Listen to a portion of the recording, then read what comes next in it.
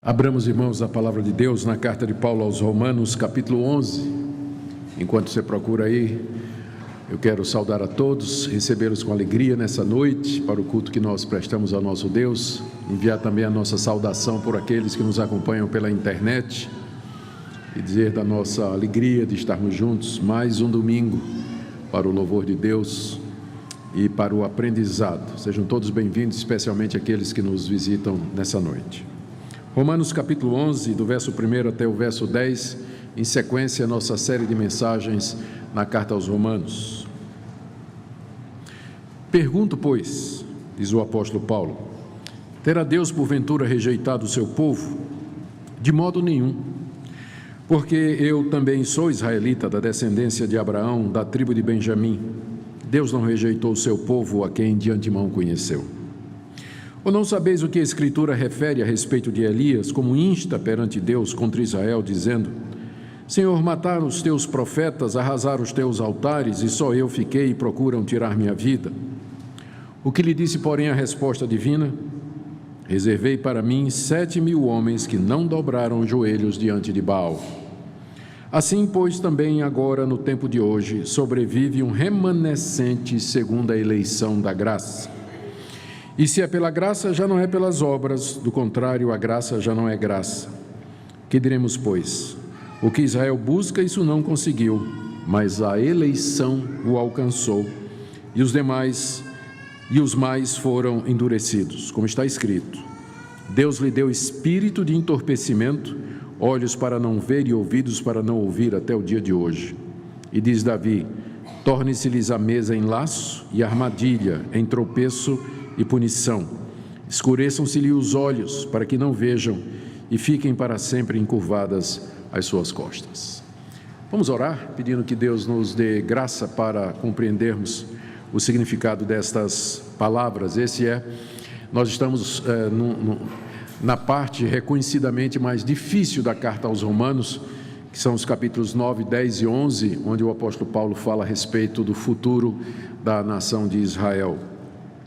E o trecho tem dificuldades e tem sido motivo de debate pelos estudiosos ao longo da história da igreja. Precisamos da graça de Deus para tentar compreender. Oremos. Pedimos, Pai, que nos ilumines para que o significado daquilo que o Senhor revelou ao apóstolo Paulo seja apreendido por nós e mova o nosso coração à Tua obediência. Não somente queremos compreender intelectualmente, mas nós queremos viver aquilo que Tua palavra nos ensina. Dê que ela fale profundamente ao nosso coração, em nome de Jesus. Amém. Paulo começa o capítulo 11 com uma pergunta. Pergunto, pois, terá Deus porventura rejeitado o seu povo? Por que é que ele fez essa pergunta? Porque desde o capítulo 9 até o final do capítulo 10, Paulo vinha demonstrando como a nação de Israel sistematicamente rejeitou a revelação que Deus fez da sua graça na antiga aliança. Começando no capítulo 9, Paulo fala de como os judeus não compreenderam que o caminho de Deus para que uma pessoa fosse justificada não era pela guarda da lei, não era pela observância das obras requeridas pela lei de Moisés, mas era pela fé nas promessas do Messias, que foram feitas desde o jardim do Éden, passando por Abraão, passando por Moisés na sua lei e também pelo próprio Davi. Os judeus, em vez de receberem o caminho de Deus revelado nas Escrituras do Antigo Testamento, eles seguiram seu próprio caminho, que era tentar se justificar diante de Deus através de obras meritórias, guardando a circuncisão, guardando o calendário judaico, guardando a dieta religiosa e todas aquelas demais leis que Moisés havia mandado e outras leis que eles acrescentaram. Eles não perceberam que o homem é justificado pela fé, pela graça. E isso era o que Deus havia ensinado na antiga aliança debaixo de Moisés. Então, nos capítulos 9 e 10, o apóstolo Paulo mostra como Israel, conscientemente, voluntariamente, virou as costas para o caminho de Deus e resolveu seguir o seu próprio caminho, sendo por isso, então, rejeitados por Deus e merecendo aquilo que Deus diz a respeito deles. No final do capítulo 10, verso 21, quanto a Israel, Deus diz: todo dia estendia as mãos a um povo rebelde e contradizente. A figura aqui é de Deus estendendo as mãos para a nação de Israel, mas a nação de Israel, em rebelião e contradizendo o que Deus dizia, virou as costas para Deus e diz: nós seguiremos o nosso próprio caminho. Depois disso, é natural que Paulo faça então a pergunta que está aí no verso 1 do capítulo 11. Ou seja, terá Deus então, à luz dessa rejeição crônica da nação de Israel, dos caminhos de Deus, será que Deus porventura rejeitou o seu povo? Será que Deus resolveu rejeitar de uma vez os descendentes de Abraão, com quem ele havia feito um pacto, uma aliança, selada pela circuncisão, um povo a quem Deus deu as promessas, deu a lei, a quem Deus deu o verdadeiro culto e as ordenanças, e de onde veio o Messias? Será que Deus rejeitou então esse povo antigo, porque esse povo foi o tempo todo rebelde contra ele? E a resposta de Paulo é, como vocês podem ver no verso 1, de modo nenhum. De modo nenhum. Deus não rejeitou o seu povo antigo. Ele não irou-se com a nação de Israel a ponto de dizer assim: agora também nenhum judeu vai se converter mais. Eu não vou salvar mais nenhum judeu, porque eles não escutam a minha voz, não seguem o meu caminho, então basta, eu já fiz o que eu podia pelos descendentes de Abraão, já cumpri todas as promessas, já mandei o Messias, eles já ocuparam a terra prometida, o meu filho da descendência de Davi já se sentou no trono do universo, cumprindo todas as promessas feitas, então eu não quero mais nada com os descendentes de Abraão. Será que Deus porventura fez isso? Pergunta o apóstolo Paulo, à luz dessa sequência de desobediências de Israel e que Paulo descreve nos capítulos 9 e 10, terminando com o versículo 21, onde ele chama Israel de um povo rebelde e contradizente. Então, ele não quer ser mal interpretado.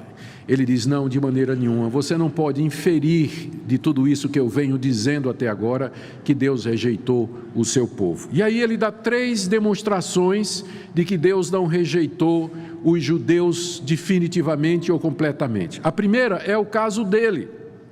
Ele diz ainda no verso 1, Deus não rejeitou o seu povo, porque eu, Paulo, também sou israelita, da descendência de Abraão, da tribo de Benjamim, e sou cristão. E creio no Messias. Então, ainda que Paulo fosse o único, estaria aberta a exceção à regra, provando que Deus não rejeitou os descendentes de Abraão. Por quê? De entre os descendentes de Abraão, você vai encontrar um, Paulo, que era israelita, nome que era dado aos descendentes de Jacó, cujo nome Deus mudou para Israel, descendente de Abraão, são 3 coisas que Paulo apresenta como seu pedigree, e que ele era da tribo de Benjamim, que foi exatamente aquela tribo que, junto com a tribo de Judá, permaneceu fiel a Davi e a Deus quando houve a separação dos reinos.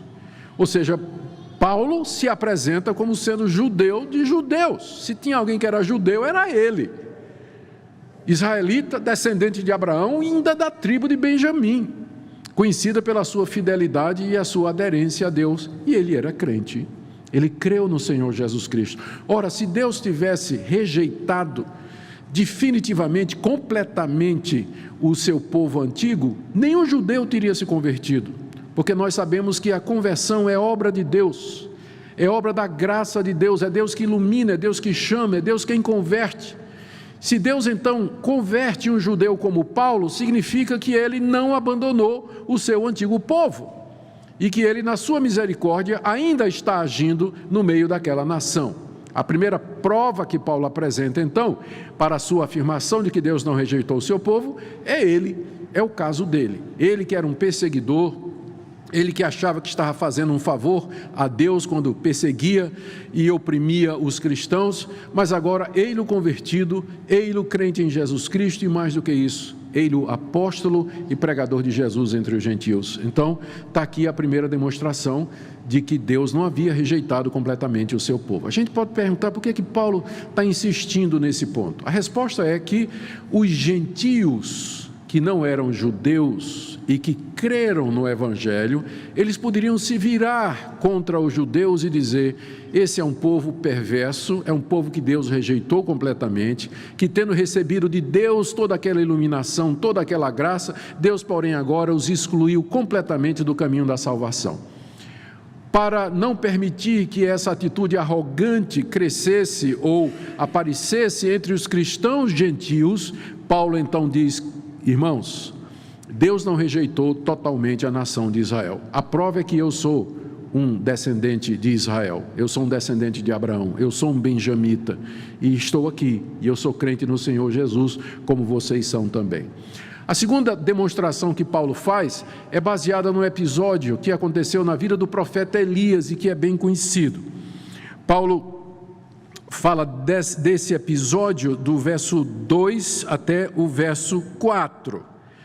Verso 2: Deus não rejeitou o seu povo, a quem de antemão conheceu. Ou não sabeis o que a Escritura refere a respeito de Elias, como insta perante Deus contra Israel, dizendo: Senhor, mataram os teus profetas, arrasaram os teus altares, e só eu fiquei e procuram tirar minha vida? O que lhe disse, porém, a resposta divina: reservei para mim 7.000 homens que não dobraram os joelhos diante de Baal. Esse episódio que Paulo está citando do Antigo Testamento está no primeiro livro dos Reis, capítulo 19. Ali você tem a história de como Elias enfrentou os profetas de Baal. Na época de Elias, governava a nação de Israel a rainha Jezabel. Na verdade, ela era a esposa de Acabe. E Acabe se deixava manipular por ela. Acabe era judeu, mas Jezabel era uma pagã. E ela era adoradora do deus Baal. Baal era uma das maiores divindades daquela época. Era um deus pagão adorado por diferentes povos e que exigia inclusive sacrifícios humanos em sua adoração. E ela tinha promovido, Jezabel tinha influenciado o rei para que promovesse o culto a Baal por todo Israel. Então ela tinha levantado altares e templos ao deus Baal por toda a extensão da Palestina e obrigado e forçado os judeus a adorarem Baal, a oferecerem sacrifícios, pronunciarem o nome de Baal, dirigirem orações a Baal. Enquanto isso, ela ia suprimindo o culto a Deus.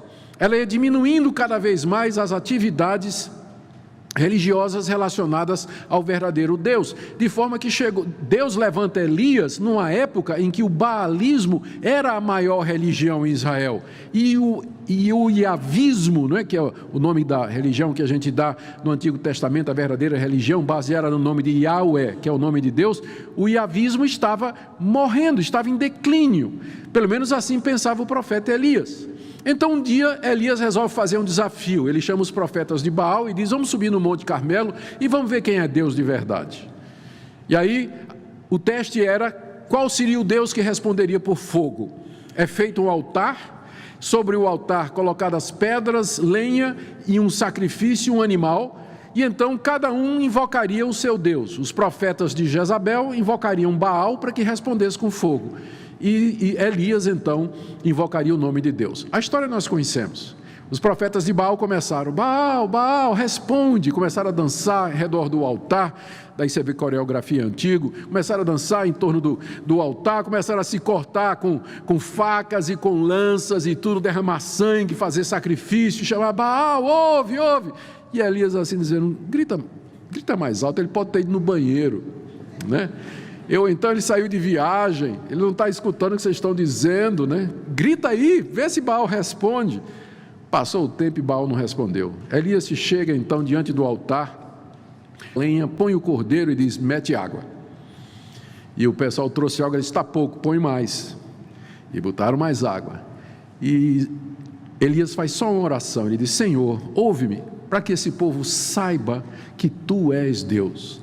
E caiu fogo do céu, que consumiu o altar, e diz lá o texto que lambeu toda a água, não ficou nada, evaporou tudo, foi tudo embora pelo fogo que desceu do alto dos céus, Deus respondendo. Que vitória extraordinária! E Elias aproveitou então aquele momento de vitória e disse ao povo: pega os profetas de Baal e mata todos eles. E aí o povo pegou os profetas de Baal, levaram para um ribeiro ali próximo e mataram centenas de profetas de Baal. Que vitória extraordinária. Até o momento que Jezabel soube. E ela mandou um recadinho para Elias: olha, amanhã eu vou fazer com você a mesma coisa que você fez com os meus profetas. Isso aqui, ó. E Elias saiu correndo, Elias foi embora, morrendo de medo, achou refúgio numa caverna e se escondeu ali, temendo pela sua vida. E Deus foi encontrar Elias lá. Elias, o que é que você está fazendo aqui? Ah, Senhor, 4 queixas de Elias, está aqui no verso 3, do episódio do Monte Carmelo, quando Jezabel tinha mandado exterminar os profetas de Yahweh. Mataram os teus profetas, primeira coisa. Segundo, arrasaram os teus altares. Jezabel acabou com todos os teus altares, já não tem mais lugar onde o povo adore a Deus aqui na terra. Terceiro, só eu fiquei, eu sou o único crente aqui, não tem mais ninguém. Jezabel acabou com todo mundo, quem não morreu, fugiu, se escondeu, ou então está calado e adorando Baal para não morrer. O único fiel aqui sou eu. E quarto, e procuram me tirar a vida, Senhor, estou jurado de morte pela Jezabel. Então é uma situação desesperadora, não tem jeito mais, chegou ao fim. É o fim da adoração ao Senhor na terra de Israel. Olha a resposta de Deus, verso 4, Paulo diz: o que lhe disse, porém, a resposta divina? Deus, na verdade, disse muito mais do que isso. Mandou ele sair, mandou ele ir atrás de Eliseu, mandou ele fazer uma série de coisas. Mas o ponto de Paulo, que Paulo destaca da resposta de Deus para Elias, foi esse aqui: Elias, eu reservei para mim 7.000 homens que não dobraram os joelhos diante de Baal. Ou seja, Elias, você não está só. Eu, pelo meu poder, pela minha soberania e pela minha graça, eu escolhi de entre a nação de Israel, eles são homens fiéis, que eu preservei, que eu chamei e guardei. Você não está só, você não está só. Essa palavra aqui, eu reservei para mim, significa exatamente que Deus, de entre toda aquela idolatria, de toda aquela multidão da nação de Israel que estava adorando Baal, ele impediu, ele guardou 7.000 a quem ele impediu que se bandeassem para a idolatria, através da ação do seu espírito, através do seu poder no coração desses que são judeus fiéis. Aqui o que você tem é a doutrina do remanescente fiel. O que Paulo está dizendo é que Deus sempre teve judeus fiéis de entre a nação. Muito embora Deus tenha feito uma aliança com a nação de Israel, nem todo israelita é filho de Abraão e nem todo circuncidado é salvo. Há um povo dentro da nação de Israel, há uma igreja dentro da comunidade de Israel, há um grupo que Paulo chama de aqueles que foram reservados, os 7.000 que Deus guardou para si. Ou seja, Deus não rejeitou o seu povo como um todo, porque ele sempre teve dentro da nação de Israel um remanescente fiel, um grupo de judeus fiéis que creram em Deus, que entenderam a verdade, que procuraram se justificar pela fé. Paulo vai lá para o Antigo Testamento para provar que sempre foi assim. E agora, em terceiro lugar, ele aplica isso para os seus dias. O ponto de Paulo é: Deus não rejeitou a nação de Israel totalmente. Por quê? Porque Deus sempre teve judeus fiéis no meio do povo. O meu caso, ele cita, Paulo diz: o meu caso foi o primeiro argumento. O caso de Elias, em que Deus menciona 7.000, e agora Paulo faz a aplicação para os seus dias no verso 5. Assim, pois, também, agora, no tempo de hoje, ele não podia ser mais enfático, Ele está fazendo uma inferência, ou seja, da mesma forma que debaixo da antiga aliança, Deus tinha reservado 7.000 que não dobraram os joelhos a Baal, também assim agora, no tempo presente, da mesma forma, Deus tem um remanescente fiel de judeus no meio da nação, mesmo que ela tenha rejeitado a Jesus Cristo. Verso 5, sobrevive um remanescente segundo a eleição da graça. sobrevive um remanescente. A quem Paulo se refere quando ele diz, nos dias de hoje, agora sobrevive um remanescente? Ele se refere àqueles judeus que creram em Jesus Cristo, quando o Evangelho foi anunciado. Gente como o ancião Simeão, que quando viu o menino Jesus disse, Deus pode me levar porque eu já vi o cumprimento das tuas promessas. A profetisa Ana, que estava no templo quando Jesus foi apresentado, e ela tomou nos braços e disse, o Senhor está cumprindo a sua promessa, está aqui o Messias. Os discípulos de Cristo, os 12, com exceção de Judas, que foi substituído, que creram em Jesus, eles eram judeus. Os 120 que estavam lá no dia de Pentecostes. Mais tarde Paulo menciona 500 irmãos a quem Cristo apareceu.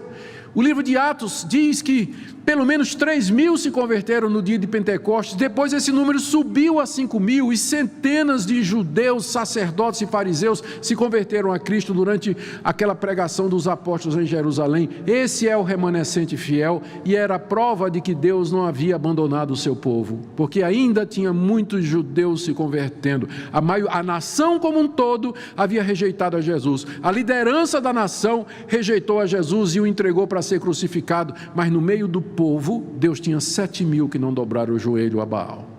O remanescente fiel, a verdadeira igreja, o povo de Deus dentro do povo escolhido, a igreja dentro da nação. É com esses que Deus tem um pacto. Estes são os verdadeiros filhos de Abraão, estes são os verdadeiros herdeiros da promessa.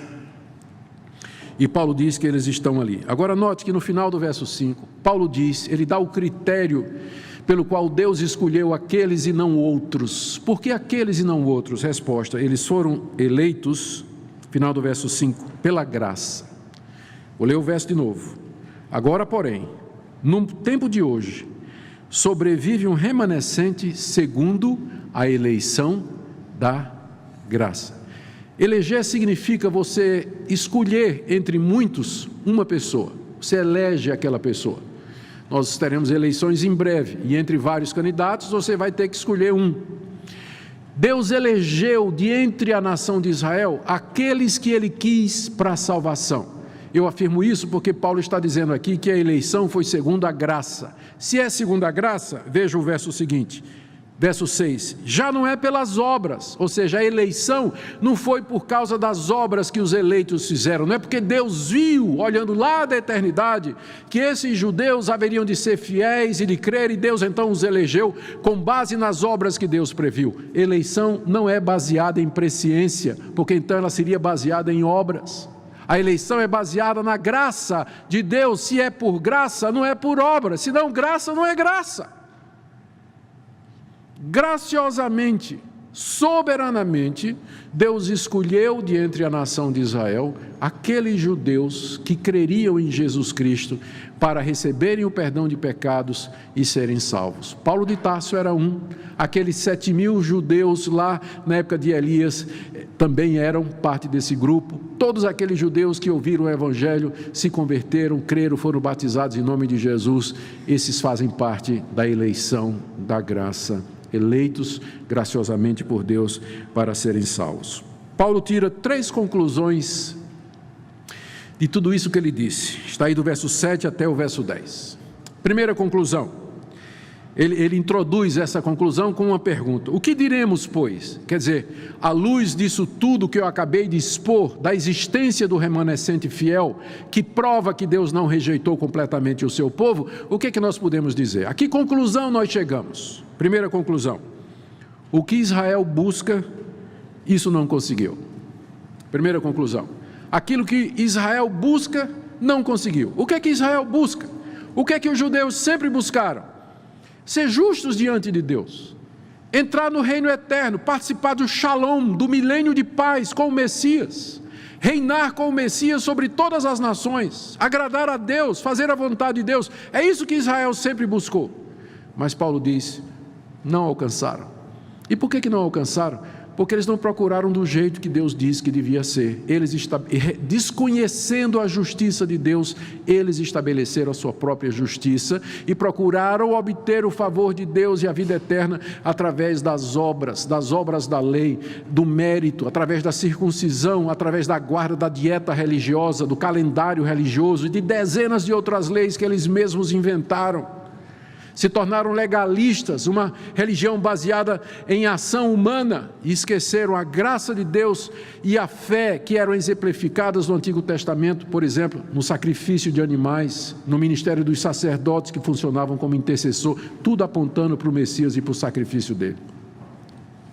O que Israel busca não alcançou, ou seja, muitos judeus pereceram e foram condenados, pereceram e se perderam, da mesma forma como hoje, como qualquer outro povo, como qualquer outra nação, qualquer outra etnia. Se o judeu não crer em Jesus Cristo para ser como seu Senhor e Salvador, ele também não vai alcançar, como outras pessoas não alcançarão a vida eterna. É só mediante Jesus. O que Israel busca pelas obras não alcança. Por quê? Porque é por Cristo somente. Enquanto não se arrependerem e não crerem em Cristo, não somente eles, mas todas as nações estarão perdidas, não vão alcançar. Segunda conclusão de Paulo: mas a eleição o alcançou.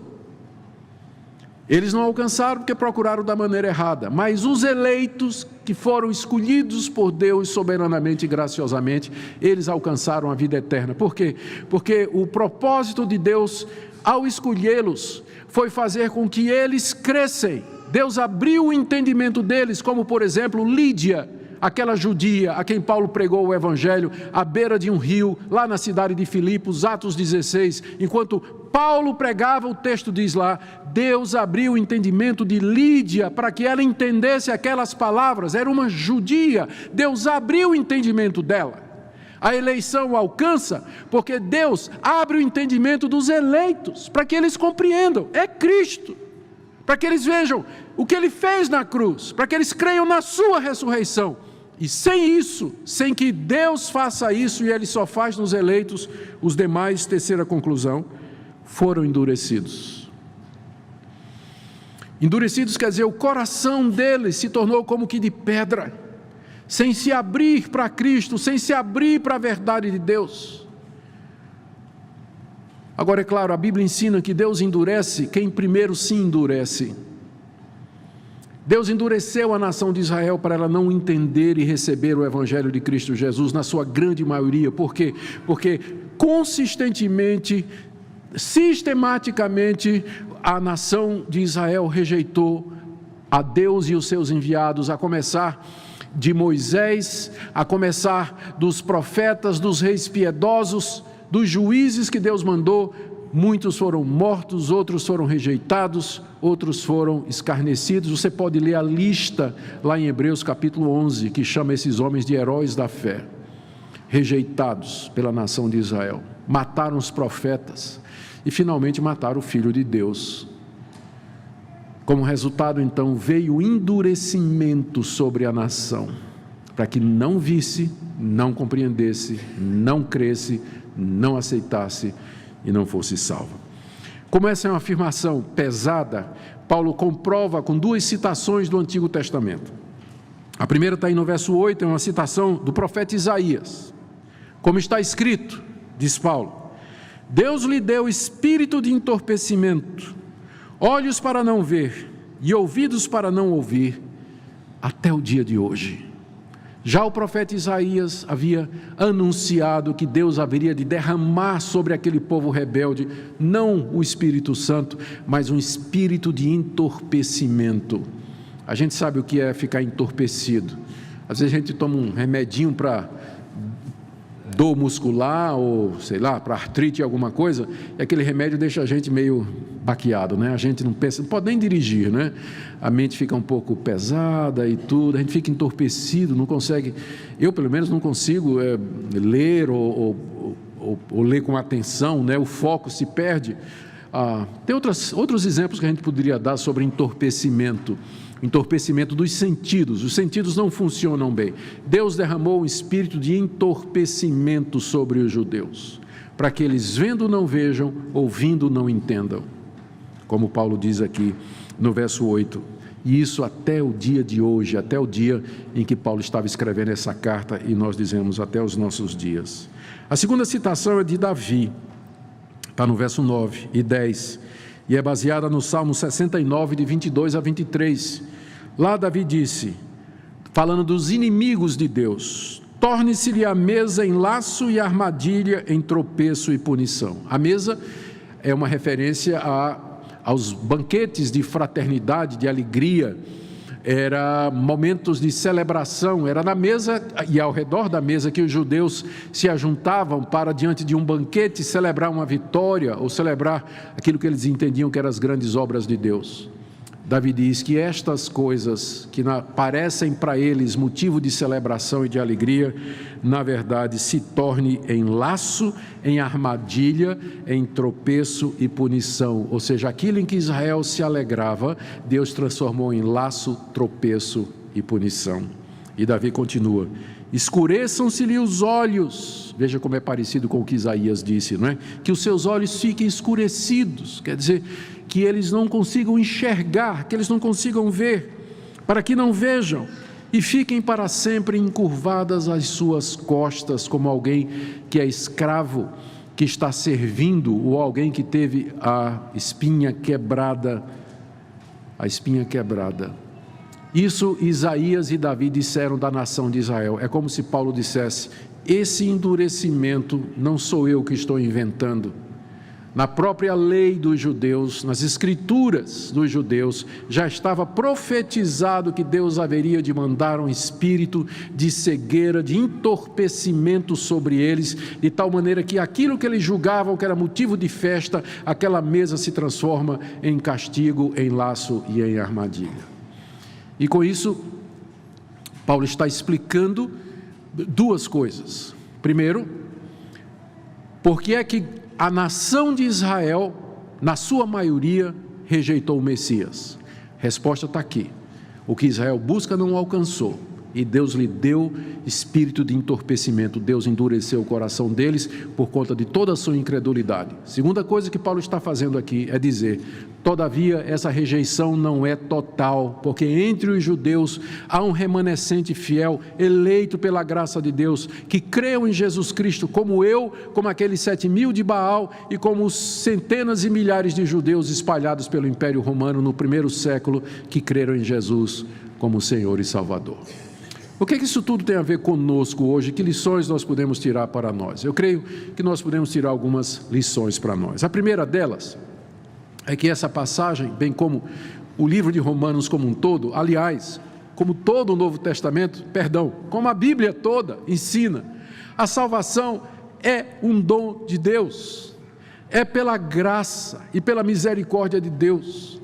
E Deus faz isso aos seus amados, aos seus eleitos, que Ele escolheu antes da fundação do mundo.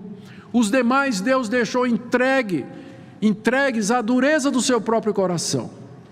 E você me pergunta: pastor, como é que eu sei que eu faço parte desse povo eleito de Deus? Como é que eu sei que eu faço parte do remanescente fiel aqui na minha nação, no meio da minha família?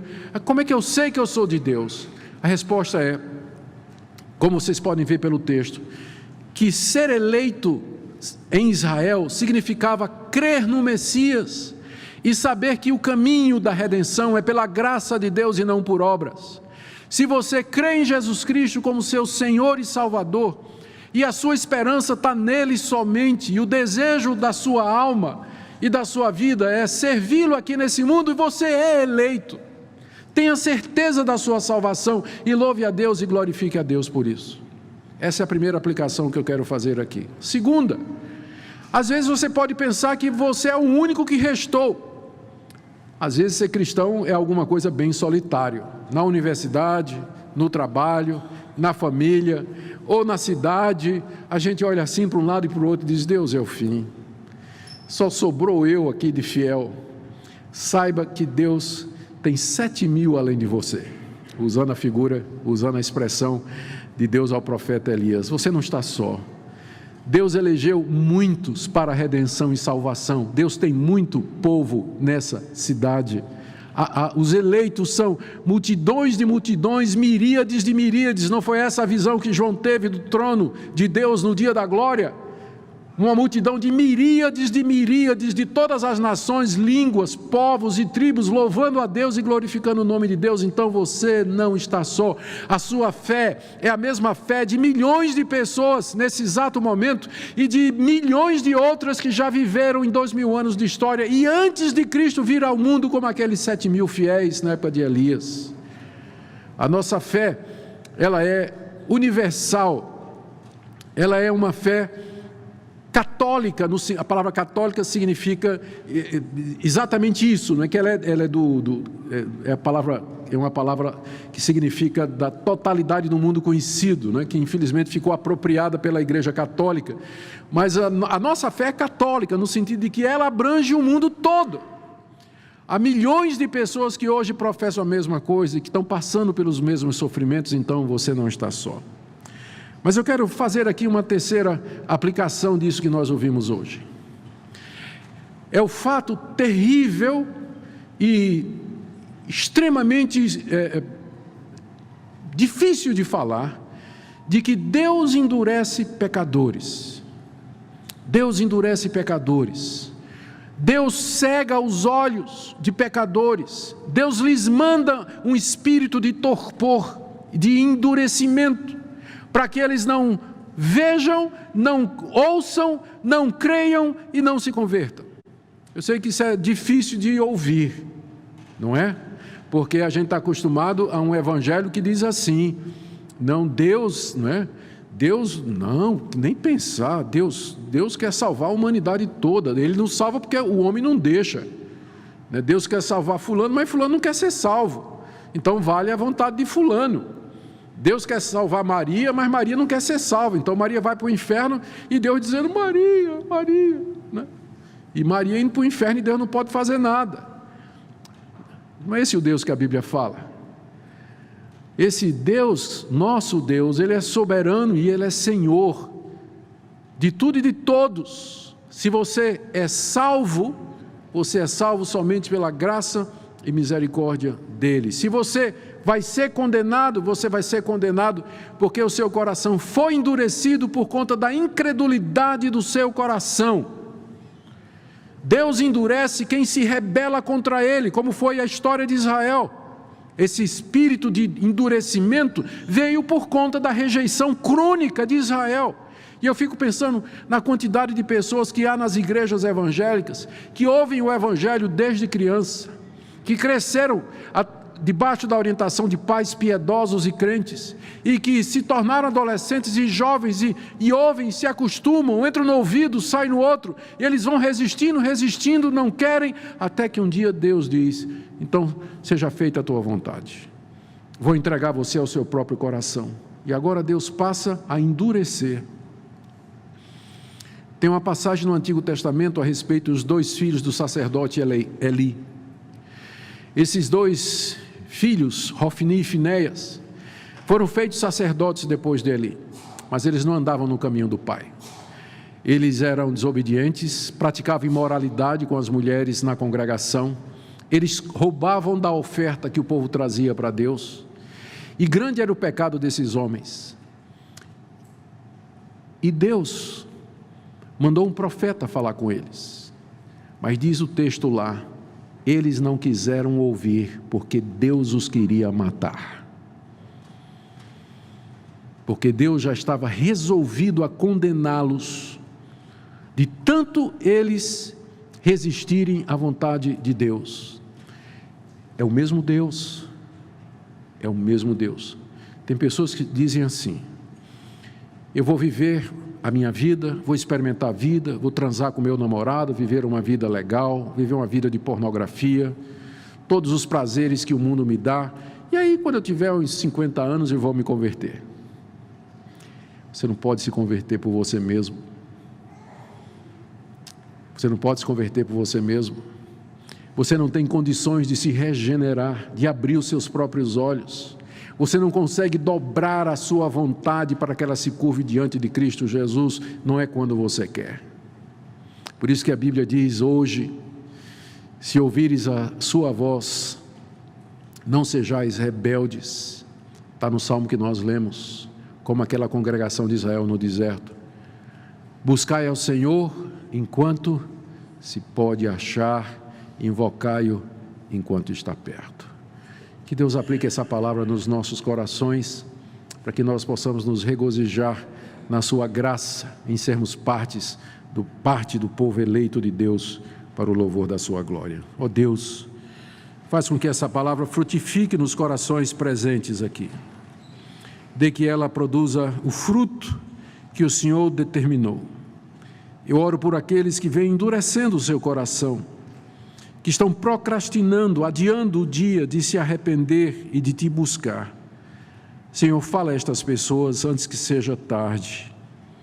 Nós oramos também pelo teu povo fiel que aqui se encontra, pelo remanescente fiel segundo a eleição da graça. Renova-os, fortalece-lhes a fé, enche-os de alegria, para que vivamos para o teu louvor, em nome de Jesus. Amém.